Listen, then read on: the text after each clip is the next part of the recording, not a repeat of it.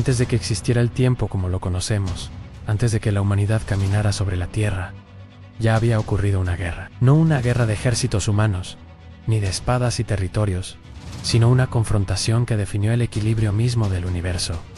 Una guerra silenciosa, una guerra espiritual.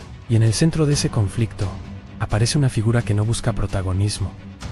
No habla demasiado, pero cuando aparece, todo cambia. Miguel, el arcángel que no discute, el arcángel que actúa. Pero hay algo que casi nadie se detiene a analizar. Miguel no es presentado en la Biblia como el más poderoso de los ángeles, ni como el más sabio, ni siquiera como el más cercano a Dios. Sin embargo, es él quien se enfrenta directamente a Lucifer. ¿Por qué? Para entender esto, hay que observar un detalle. Lucifer no cayó por falta de poder, cayó por orgullo, y el orgullo no se combate con más poder, se combate con autoridad. Miguel no representa solo fuerza, representa orden, representa obediencia, representa algo que Lucifer perdió en el momento en que decidió elevarse por encima de su creador. La primera gran batalla no fue física, fue una ruptura, un momento en el que una parte del cielo decidió no seguir la voluntad divina. No todos los ángeles cayeron de inmediato.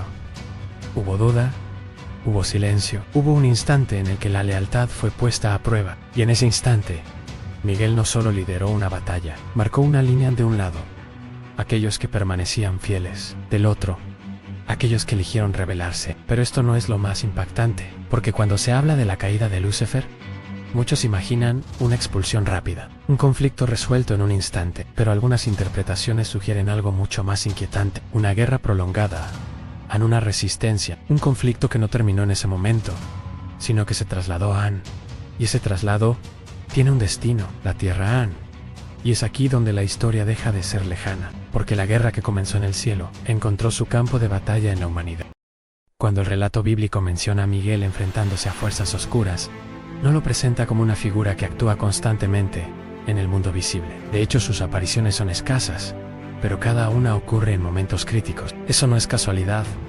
A Miguel no interviene en cualquier situación. Aparece cuando hay algo en juego que trasciende lo inmediato. Un ejemplo poco explorado ocurre en el libro de Daniel. Se menciona que un mensajero espiritual fue retenido por una fuerza opuesta hasta que Miguel intervino. Esto revela algo que cambia completamente la perspectiva de la guerra espiritual. No es instantánea, no es simple, no es unilateral. Existe resistencia, existe oposición real. Y eso implica que la batalla no es solo simbólica, es estratégica, es constante. La guerra entre Miguel y las fuerzas del mal no se trata solo de confrontación directa, se trata de influencia, de decisiones de voluntad. Porque si el conflicto fuera únicamente de poder, ya habría terminado. Pero no ha terminado. Sigue ocurriendo en cada elección, en cada pensamiento, en cada momento en el que una persona decide entre lo correcto y lo incorrecto. Y en medio de ese conflicto invisible, la figura de Miguel sigue teniendo un papel, no como un guerrero que destruye todo a su paso, sino como un defensor del orden, alguien que interviene cuando el equilibrio está en riesgo. Si este punto te está haciendo ver esta historia de una forma diferente, deja tu me gusta, suscríbete y comenta tu opinión sobre esta guerra, porque lo que viene ahora es aún más impactante. Hay un momento descrito en el Apocalipsis donde esta guerra alcanza un punto crítico, un momento en el que ya no se trata solo de resistencia, sino de una confrontación directa, y ese momento redefine todo. El libro de Apocalipsis describe una escena que muchos han leído, pero pocos han analizado en profundidad. Una batalla en el cielo, Miguel y sus ángeles enfrentándose a Lucifer y sus seguidores. Pero lo más interesante no es la batalla en sí, es el resultado. Lucifer es expulsado, no solo derrotado, expulsado, y esto tiene un significado más profundo de lo que parece, porque implica que su influencia cambia de lugar, deja de operar en un plano elevado y se enfoca completamente en el mundo humano. Esto conecta directamente con una advertencia que aparece en el mismo texto. Se menciona que el enemigo desciende con gran ira, sabiendo que le queda poco tiempo.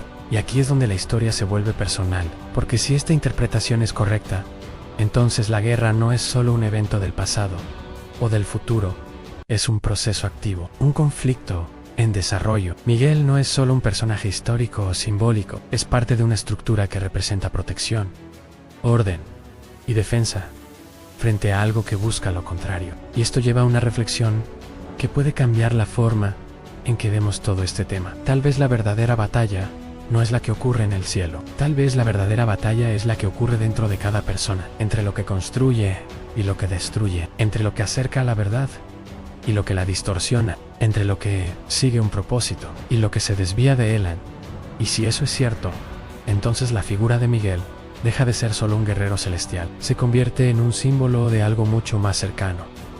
La capacidad de mantenerse firme, de elegir correctamente incluso cuando hay presión en contra, de sostener el orden en medio del caos. Porque al final, la historia de esta guerra no trata solo de ángeles y demonios, trata de decisiones. Y tal vez la pregunta más importante no es quién ganará esa batalla, sino de qué lado estamos cada vez que tomamos una decisión. Si este video te hizo reflexionar, suscríbete, deja tu me gusta y comparte tu opinión en los comentarios, porque algunas historias no solo se escuchan, se viven. Y la guerra más importante puede estar ocurriendo ahora mismo, en silencio, dentro de cada uno de nosotros.